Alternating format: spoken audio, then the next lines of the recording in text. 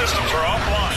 Number one for today's hits and all-time favorites. Welcome to Fam, ang fam na hindi Inglaterra, hindi gaya-gaya, hindi babaera, hindi sugalera, hindi lasinggera, hindi galaera, at higit sa lahat, hindi gastosera. Ang fam na pwedeng tamayan ng mga gwapo at magaganda, ang fam na palaging magbibigay ng aral at palaging magpapasaya. Ang estasyon na nangunguna sa larangan ng pagmamahala, nagbibigayan at pagkakaisa. Ang fam na ituturing kang pamilya, ito ang Fam Station. Ladies and gentlemen, here it is. The most listened to radio show on the planet. Even the other stations are tuned in too.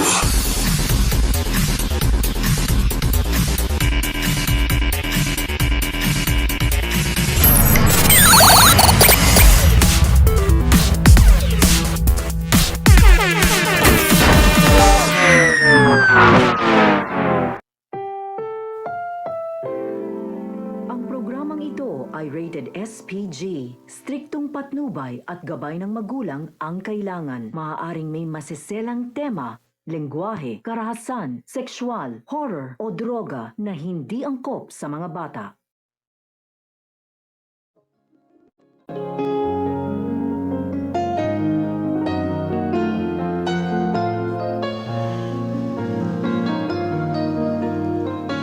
Dear Buddy, ako nga po pala si Sam, isang OFW sa bansang Qatar na napadpad sa mundo ng litmatch. Nagsimula ang lahat nang makilala ko si Moon. Si Moon ay isang lesbian at tulad ko, isa rin siyang OFW sa bansang Saudi na gumagamit ng Arab server. Masaya kaming nagkukwentuhan sa PR ni Sign, kasama ang iba ko pang mga kaibigan na sina Midnight, Asia at Chloe. May pa-event kasi kami that time, kaya madami ang pumapasok sa PR namin. Hanggang sa tuluyan nang natapos ang event at nagsimula ng magsialisa ng mga tao sa PR namin. Hanggang dumating sa puntong ako na lang ang naiwan sa PR namin. Maya-maya ay may biglang pumasok at umakyat. Nagpapa-music ako ng body pero hindi naman malakas, kaya naman narinig ko nang biglang may nagsalita. That time kasi naglalaro ako ng ML sa isang phone ko, kaya hindi ko rin nakita na may pumasok. Bigla akong napatingin sa litmatch at pinatay ang music.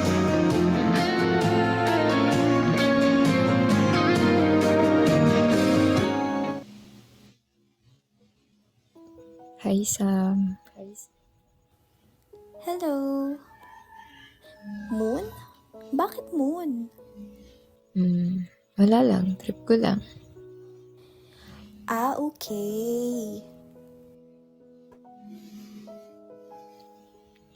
Sam, right? Yup. Saan bansa ka? Qatar. Ikaw? Saudi. I see.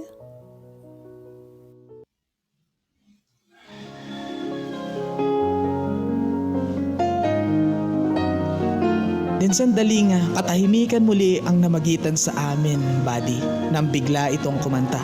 Nagulat ako kasi napakaganda ng boses niya. Medyo kahawig ng boses ni Justin Bieber.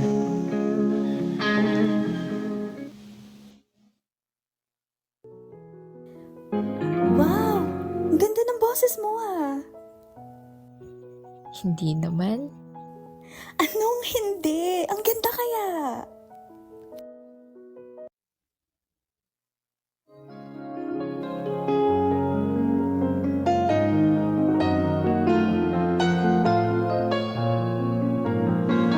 Dito nagsimula ang pagkakaibigan naming dalawa ni Moon.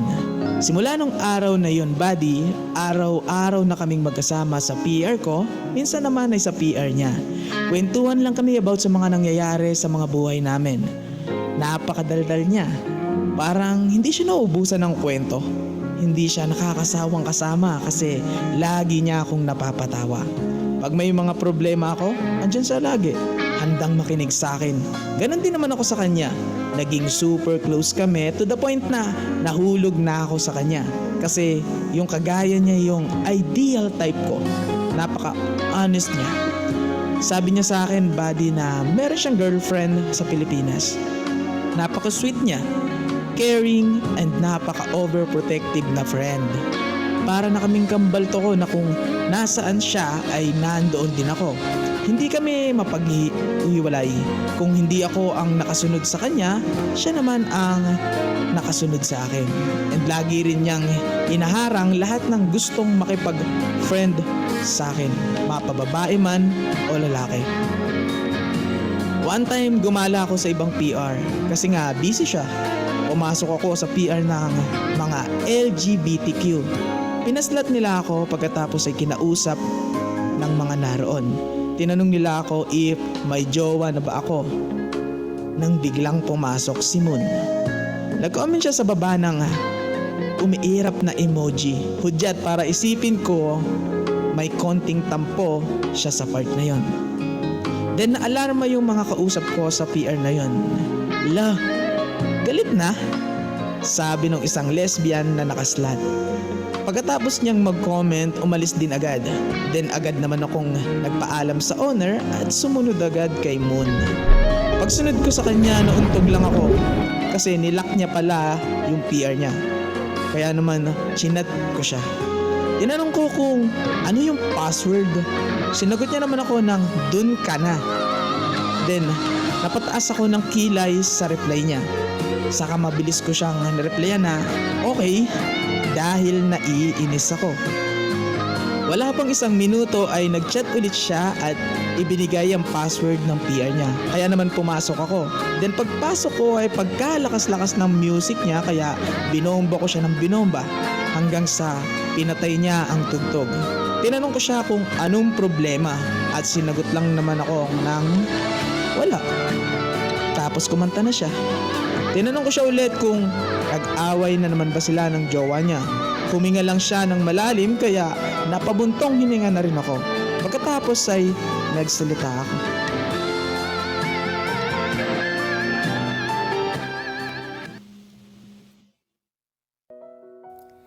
Ay nako, bakit ka pa kasi nagtitiis dyan sa jowa mo? Ikaw na rin naman ang nagsabi na hindi niyo na mahal ang isa't isa. Ayoko nga na ako ang unang makipag-break sa kanya. Okay, sabi mo eh.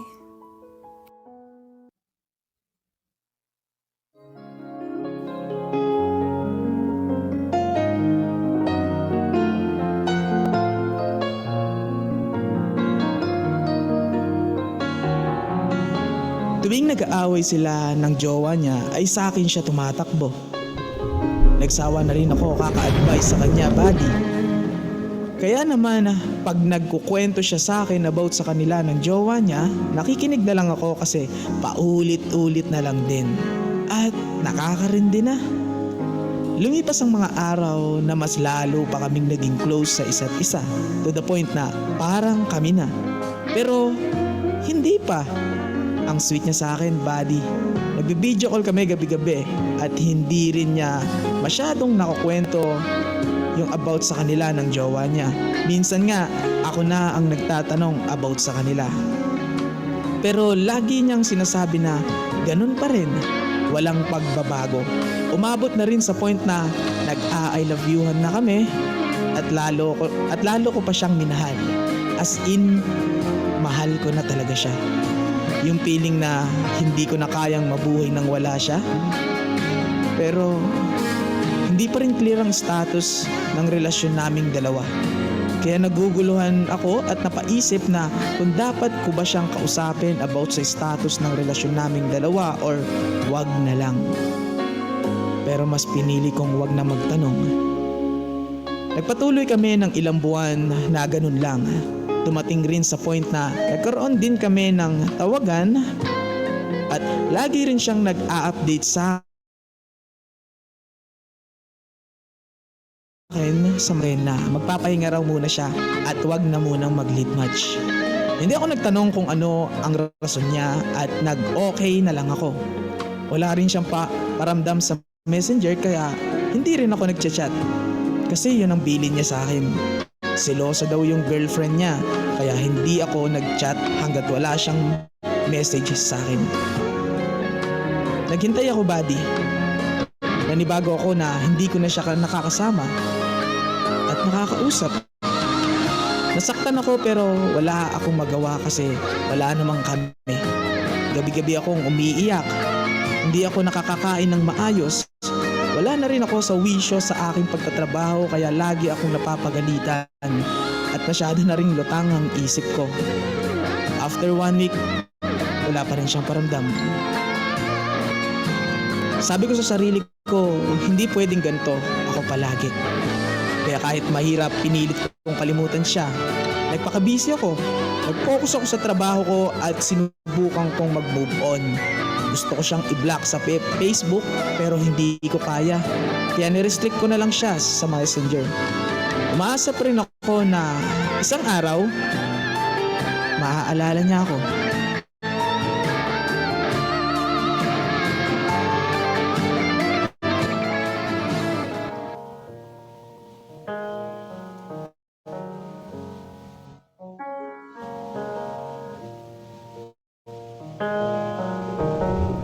I can see you standing with his arms around your body, laughing, but the joke's not funny at all. And it took you 5 whole minutes to pack us up and leave me with it, holding all this love out here in the hall. I think I've seen this film before, and I didn't like the ending. You're not my homeland anymore, so what am I defending now? You were my town, now I'm in exile, seeing you out. I think I've seen this film before.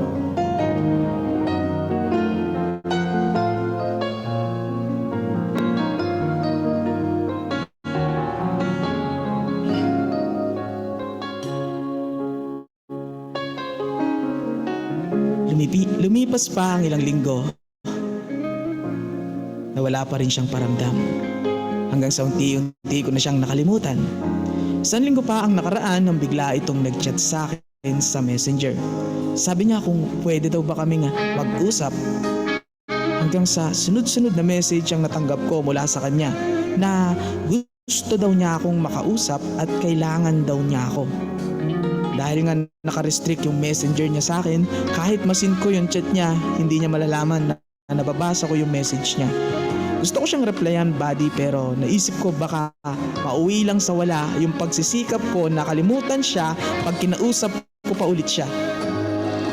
Kaya nag-decide ako na i-ignore yung chat niya. Lumipas pa ang isang taon, nakamove on na ako sa kanya. Kaya naisipan ko nang bumalik sa Litmatch. Pagbukas ko ng Litmatch, nagpalit ako ng name at avatar. At that time, iba na rin yung name niya. Napaistok ako sa profile niya and nagulat ako ng may karing na pala siya.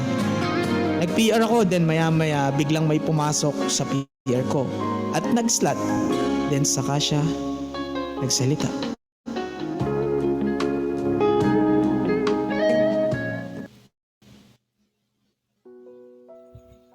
Hi Sam, kumusta ka na?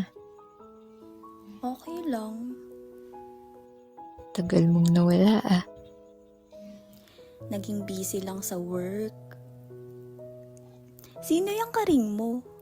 Jowa mo? Yup, Ah, okay. Nga pala, kumusta na kayo ng jowa mo sa Pinas? wala na kami nun. Ha? Kailan pa? Ba't di ka nagkukwento? Wow ha, paano ako magkukwento? Hindi mo nga sinisin mga chat ko. Alam mo Sam, namiss kita, sobra. Sorry ka, hindi kita na-miss. Ang sakit, Baliw! seryoso. Hindi mo ba talaga ako na-miss? Bakit? Mahalaga pa ba sa'yo kung na-miss kita?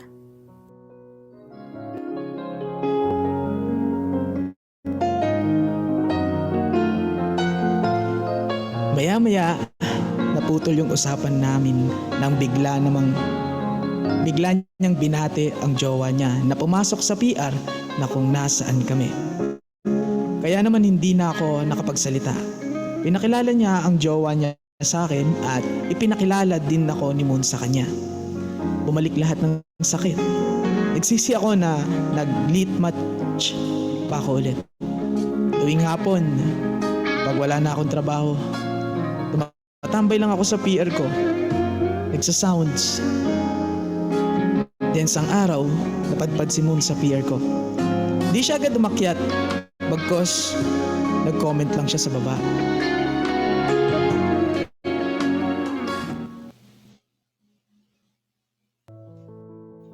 Can we talk? Sure. Pwede ba palak ng PR mo? Okay. Bakit? May problema ka? Wala naman. Meron lang akong gustong itanong. Sige lang. Ano yun? Bakit bigla kang nawala? Ha? Nawala? Ikaw nga tong biglang nawala eh. Ha? Di ba nagpaalam ako? Minahal mo ba ako? Kasi akong minahal kita. Minahal?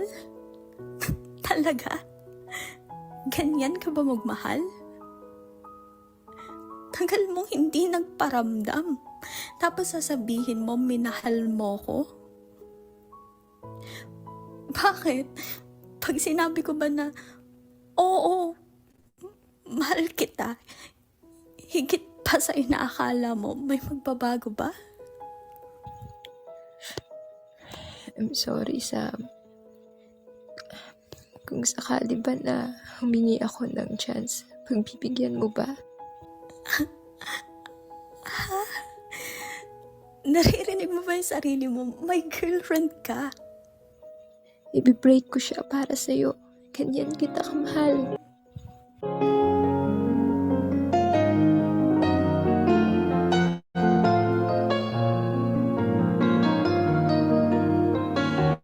Napaisip ako sa sinabi niya, buddy.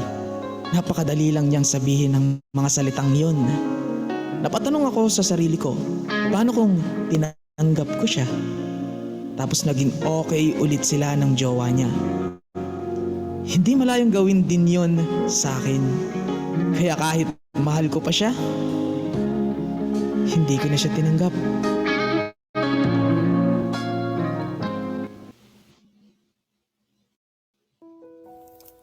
Alam mo, mag-focus ka na lang sa girlfriend mo. Kahit subukan natin, sa tingin ko, hindi na rin mag-work kasi hindi na ganun ka-strong yung feelings ko sa'yo. Kung yan talaga ang desisyon mo, wala na akong magagawa. Out na ako. Parating na si Madam.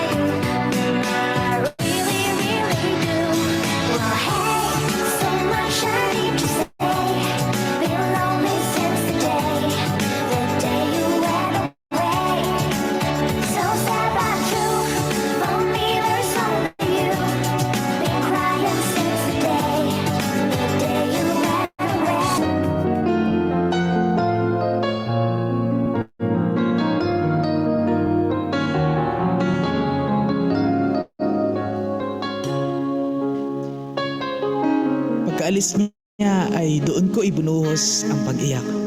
Napakasakit, buddy. Sa sobrang sakit ng pakiramdam ko, parang may matulis na bagay na nakabaon sa puso ko. Hinayaan ko lang ang sarili ko na umiyak ng umiyak hanggang sa mailabas ko lahat ng sakit. Simula nung araw na yun, hindi na ako pinansin ni Moon. Nakahanap ako ng mga bagong kaibigan na makakatulong sa akin para makalimutan siya. Hindi nagtagal, madalang ko din siyang makitang naka-online. Hanggang sa umabot sa point na wala na talaga. Hindi ko na siya nakikitang active pa sa late match. At ganoon din yung girlfriend niya. Pagkatapos noon, nagpakabisi ako sa sarili ko. Para malibang sa iba ang atensyon ko. Para hindi ko na siya masyado pang maalala. Buti na lang nandyan din yung mga kaibigan ko na para samahan ako. Damayan at pasayahin. Kaya paunti-unti ay naging okay na ako. Hanggang sa tuluyan ko na siyang nakalimutan. Alam nyo, isa sa pinakamasakit ay ang hindi pa nagsisimula pero kailangan ng tapusin.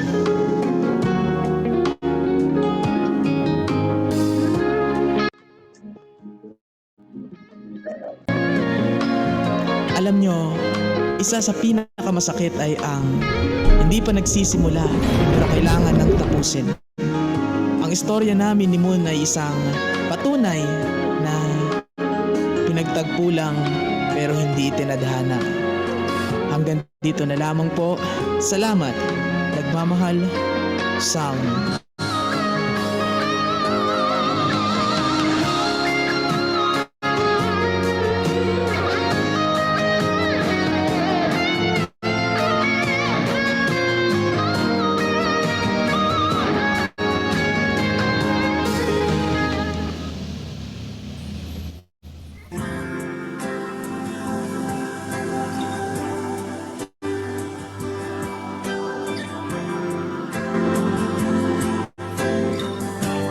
Summer's ended and without a trace, time goes by while you remain. Funny how I thought I walked on through with my heart in one. Why do I still cry for you? Dying to get close to you. Oh baby, why do I still fear to face the ghost of you? How I tried to get you off my mind, but you return all the time. I believed I could just let you go, like the fool I am. Baby, why do I still cry for you? Dying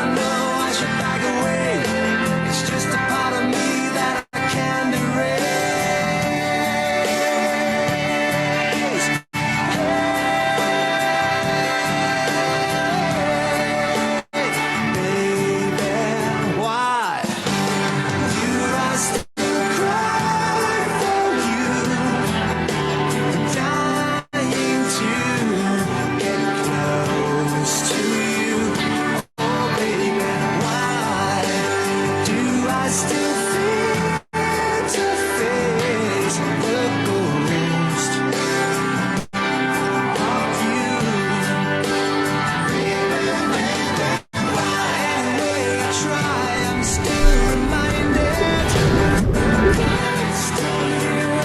Anywhere I go, I keep colliding with.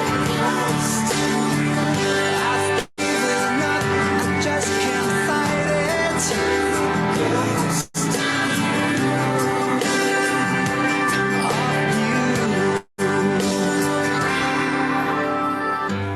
Every time I look away, I see